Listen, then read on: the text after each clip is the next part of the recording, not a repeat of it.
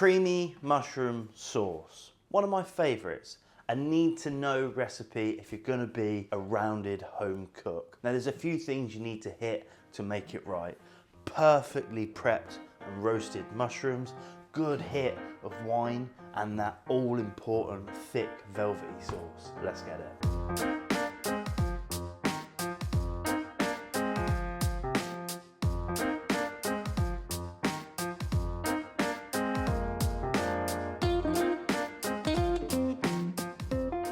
Now first things first, when you start this story, it's all about the preparation before you cook. And that's gonna come in a couple of ways. We've got these beautiful little button chestnut mushrooms. They're just gonna go in half. So half all of those into a bowl. Now this is a stalks and all sauce. It's rustic, it's all about the flavor.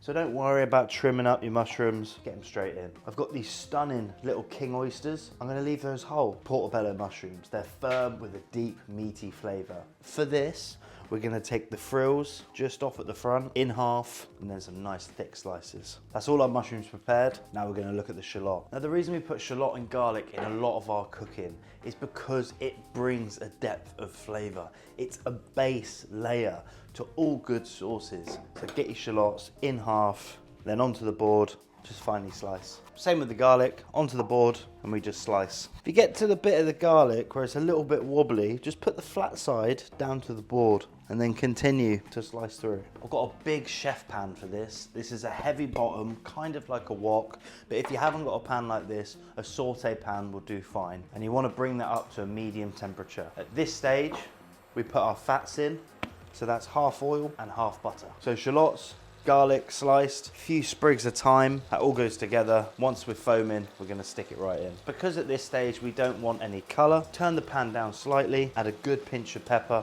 and a good pinch of salt. That's just gonna help the shallots give their moisture, start to break down. Now this mushroom sauce is all about flavor, and to be honest, I've got a bit of a trick up my sleeve.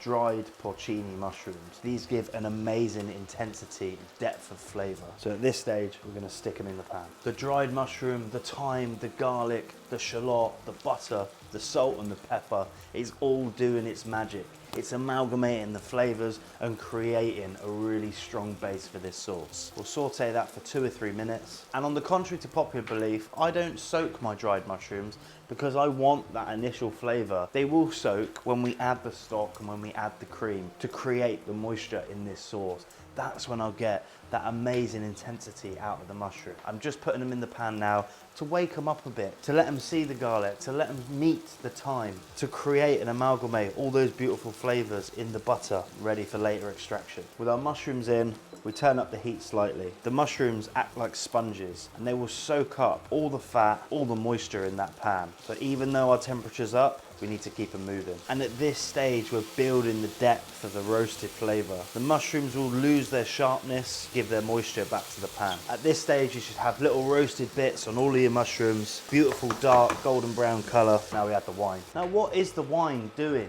in this dish? It's adding acidity, it's adding depth of flavor. So get the wine in and then we'll reduce it right down to a glass. Once we're at this stage where the pan's nearly dry, in with your chicken stock and with the cream. Now while that sauce comes back up to the boil, I just want to get my herbs ready for the final stages. Take your parsley, roll it in your hands, and then slice it through finely. Once that's to the boil, turn it down just to a simmer. Unlike other sauces we've made in the past, this sauce isn't thickened by reduction. It's thickened with corn flour. So take your corn flour into a bowl, whisk some water over the top. Once that's fully incorporated, mix it into your boiling sauce. And immediately, you'll start to see it thicken and create this stunning creamy mushroom sauce. Now at this stage, it's glossy, it's velvety, the corn flour is cooked. You've quickly created a stunning sauce, very deep in flavor.